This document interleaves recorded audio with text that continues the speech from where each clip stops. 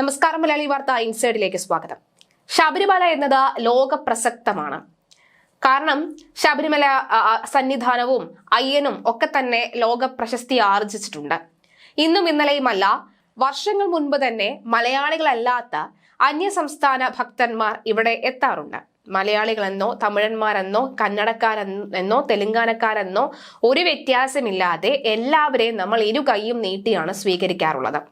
എന്നാൽ ചില പോലീസുകാരുടെ ചില നീക്കങ്ങൾ, ചില സ്വഭാവ രീതികൾ, ഭക്തന്മാരോട് ചെയ്യുന്ന പെരുമാറ്റങ്ങൾ അതൊന്നും കണ്ടില്ലെന്നോ കേട്ടില്ലെന്നോ നടിക്കാൻ കഴിയുകയില്ല.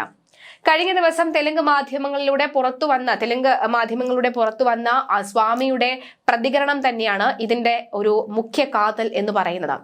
ഇതര സംസ്ഥാനങ്ങളിൽ നിന്നും ശബരിമലയിൽ എത്തുന്ന അയ്യപ്പ ഭക്തരോട് കേരള പോലീസ് മോശമായി പെരുമാറുന്നു എന്ന ആക്ഷേപവുമായി തെലങ്കാന മാധ്യമങ്ങൾ രംഗത്ത്.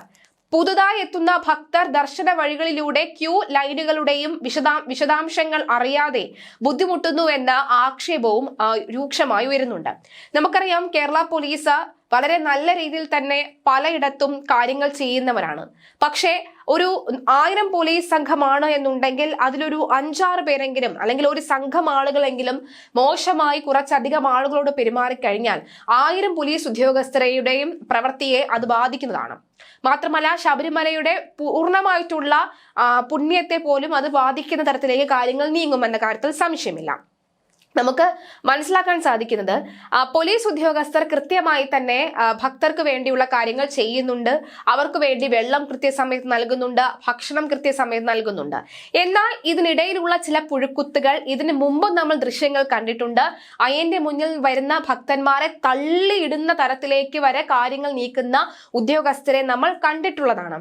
അത്തരം ഉദ്യോഗസ്ഥർ, അത്തരം ഗുണ്ടാപ്പണികൾ ചെയ്യുന്ന പോലീസ് ഉദ്യോഗസ്ഥർ ഇപ്പോഴും സന്നിധാനത്തുണ്ട് എന്ന് വ്യക്തമാക്കുന്നത് തെലങ്കാന മാധ്യമം പുറത്തിറക്കിയ ആ വാർത്ത. വെസ്റ്റ് ഗോദാവരി ജില്ലയിൽ നിന്നുള്ള ചില അയ്യപ്പ ഭക്തർ ഒരു പോലീസ് ഉദ്യോഗസ്ഥനോട് ദർശനത്തിനുള്ള ക്യൂ ലൈൻ എവിടെയാണ് എന്ന് ചോദിച്ചപ്പോൾ വളരെ അപമര്യാദയായി പെരുമാറിയെന്ന നിലയ്ക്കും വാർത്തകൾ വരുന്നുണ്ട്. തെലങ്കാന, ആന്ധ്ര സംസ്ഥാനങ്ങളിലെ വാർത്താ മാധ്യമങ്ങളിൽ ഇത് സംബന്ധിച്ച് വലിയ ചർച്ച നടക്കുന്നുമുണ്ട്. എന്തായാലും കഴിഞ്ഞ ദിവസം പുറത്തു വന്ന ആ മാധ്യമത്തിലെ ചെറിയൊരു ക്ലിപ്പ് ഒന്ന് കേൾപ്പിക്കാം. ముందు బంగారు మెట్లెక్కి అలా వెళ్ళానండి. తిరిగి వస్తే మళ్ళీ ఇటు వచ్చాను. ఒక ఆఫీసర్ వచ్చి దర్శనం అవ్వలేదని అంటే జిప్పి పుసి పెట్టినాడండి.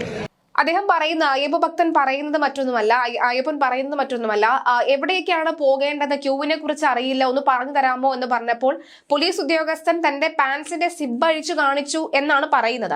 പോലീസ് ഉദ്യോഗസ്ഥൻ അങ്ങനെ ചെയ്യുമോ എന്ന് അറിയില്ല. കാരണം വളരെ ഫ്രസ്ട്രേറ്റഡ് ആയി നിൽക്കുന്ന ഒരു സാഹചര്യത്തിൽ ഒരു പക്ഷെ ചെയ്തു പോകുന്ന ആൾക്കാർ നമ്മുടെ പോലീസ് സംവിധാനത്തിനിടയിൽ ഉണ്ട് എന്ന് നമുക്ക് എല്ലാവർക്കും അറിയാവുന്ന കാര്യമാണ്.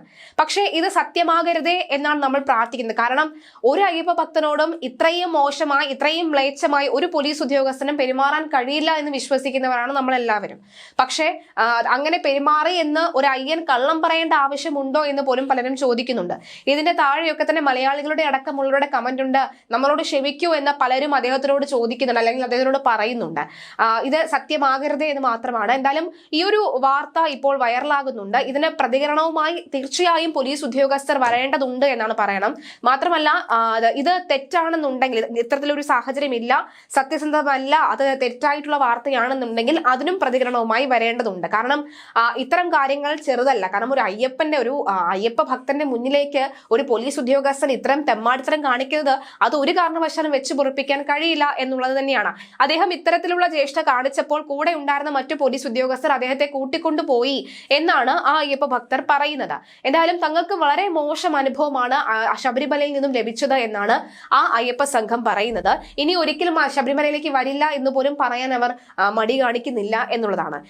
എന്തായാലും ഇതുമായി ബന്ധപ്പെട്ട ഒരു വീഡിയോ ആണ് ഇപ്പോൾ വ്യാപകമായി തന്നെ പ്രചരിക്കുന്നത്. ഘോഷമഹൽ MLA രാജസിംഗും ഇക്കൂട്ടത്തിൽ രംഗത്ത് വന്നിട്ടുണ്ട്. അയ്യപ്പനെ ദർശിക്കാൻ എത്തുന്ന ഭക്തരോട് പോലീസ് ഇത്തരത്തിൽ പെരുമാറുന്നത് അംഗീകരിക്കാനാവില്ല എന്നും അയ്യപ്പ ഭക്തരോട് അനുചിതമായി പെരുമാറിയ കേരള പോലീസ് ഉദ്യോഗസ്ഥനെതിരെ കർശന നടപടി സ്വീകരിക്കണമെന്നും രാജസിംഗ് ആവശ്യപ്പെടുന്നുണ്ട്. എന്തായാലും ശബരിമലയിൽ എത്തുന്ന കുട്ടികൾക്കടക്കം നല്ല നല്ല പ്രവൃത്തി ചെയ്തുകൊണ്ട് പേരെടുക്കുന്ന പോലീസ് ഉദ്യോഗസ്ഥർ നിരവധിയുണ്ട്.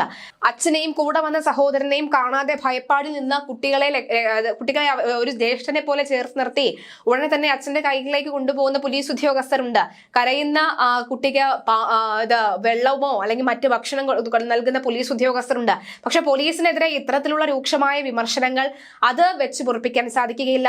കാരണം അദ്ദേഹം നേരിട്ടത് സത്യസന്ധമായിട്ട്, അല്ലെങ്കിൽ പോലീസ് ഉദ്യോഗസ്ഥൻ അദ്ദേഹത്തിനോട് ഇത്രയും മോശമായി പെരുമാറിയിട്ടുണ്ടെങ്കിൽ ആ പോലീസ് ഉദ്യോഗസ്ഥനെ എത്രയും പെട്ടെന്ന് ശബരിമലയിൽ നിന്നും പുറത്താക്കണം എന്ന് തന്നെയാണ് എല്ലാവരുടെയും അഭിപ്രായം. അത് ഒരു കാരണവശാലും വെച്ച് പൊറിപ്പിക്കാൻ കഴിയില്ല എന്ന് തന്നെയാണ് പറയുന്നത്. ശബരിമലയിലെ എല്ലാ അയ്യപ്പ ഭക്തരും ഒരുമിച്ച് ഒറ്റക്കെട്ടായി നിന്നുകൊണ്ട് ഇത്തരം പുഴുക്കുത്തുകൾക്കെതിരെ കൃത്യമായി പ്രവർത്തിക്കുമെന്ന കാര്യത്തിൽ സംശയമില്ല. ഇനി ശബരിമലയുമായി ബന്ധപ്പെട്ട മറ്റ് ചില പുതിയ അപ്ഡേഷനുകളുണ്ട്, അതുകൂടി പരിശോധിക്കാം.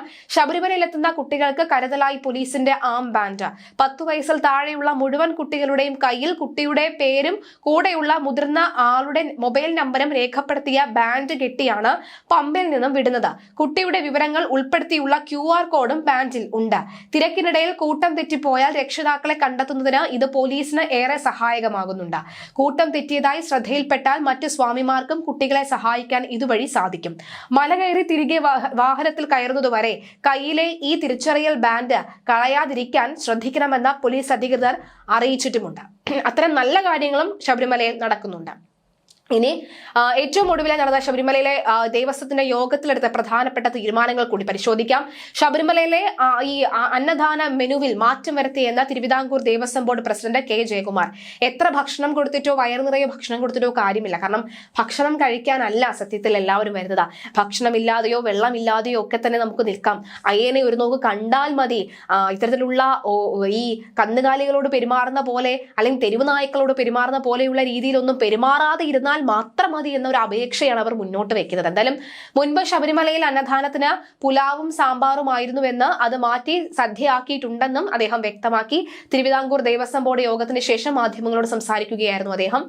ശബരിമലയിലെ അന്നദാനത്തിൽ ഒരു നല്ല തീരുമാനം എടുത്തു. നേരത്തെ ഉണ്ടായിരുന്ന മെനുവിൽ ഉച്ചയ്ക്ക് പുലാവും സാമ്പാറുമായിരുന്നു. ഇത് മാറ്റി കേരളീയമായ സദ്യ കൊടുക്കണമെന്ന തീരുമാനം എടുത്തിരിക്കുകയാണ്. വെറും സദ്യയല്ല, പപ്പടവും പായസവും എല്ലാം ഉള്ള സദ്യ. കാരണം ഇത് ദേവസ്വം ബോർഡിന്റെ പണമല്ല, അയ്യപ്പന്മാർക്ക് നല്ല ഭക്ഷണം നൽകാൻ ഭക്തജനങ്ങൾ നൽകുന്ന പണമാണ്. ആ പണം ഉപയോഗിച്ച് ഏറ്റവും നല്ല സദ്യ അയ്യപ്പന്മാർക്ക് നൽകും. ഇന്ന് തീരുമാനമെടുത്തു, നാളെ അല്ലെങ്കിൽ മറ്റന്നാൾ അത് നടപ്പിലാക്കും.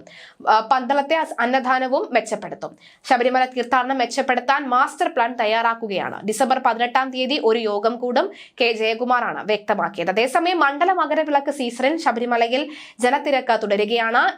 ഇടമുറിയാതെ ഭക്തജന പ്രവാഹം തുടരുമ്പോൾ ഈ സുഖദർശനത്തിന് വേണ്ട എല്ലാ ക്രമീകരണങ്ങളും സന്നിധാനത്ത് സജ്ജമാണെന്നാണ് ദേവസ്വം ബോർഡ് വ്യക്തമാക്കുന്നത്. ശബരിമല സന്നിധാനത്തെത്തുന്ന അയ്യപ്പ ഭക്തർക്ക് ആശ്വാസമാവുകയാണ് ദേവസ്വം ബോർഡിന്റെ അന്നദാനം. വയറും മനസ്സും നിറയെ ആഹാരം കഴിച്ച് മലയിറങ്ങുന്നതിന്റെ സന്തോഷം പങ്കുവച്ചാണ് ഭക്തർ അന്നദാന മണ്ഡപം വിടുന്നത്. 10,000-ത്തിലധികം പേരാണ് ദിവസവും അന്നദാനത്തിന് പങ്കെടുക്കുന്നത്. ഈ വർഷം നട തുറന്ന ശേഷം 1,00,000 കവിഞ്ഞു എന്നാണ് വ്യക്തമാകുന്നത്.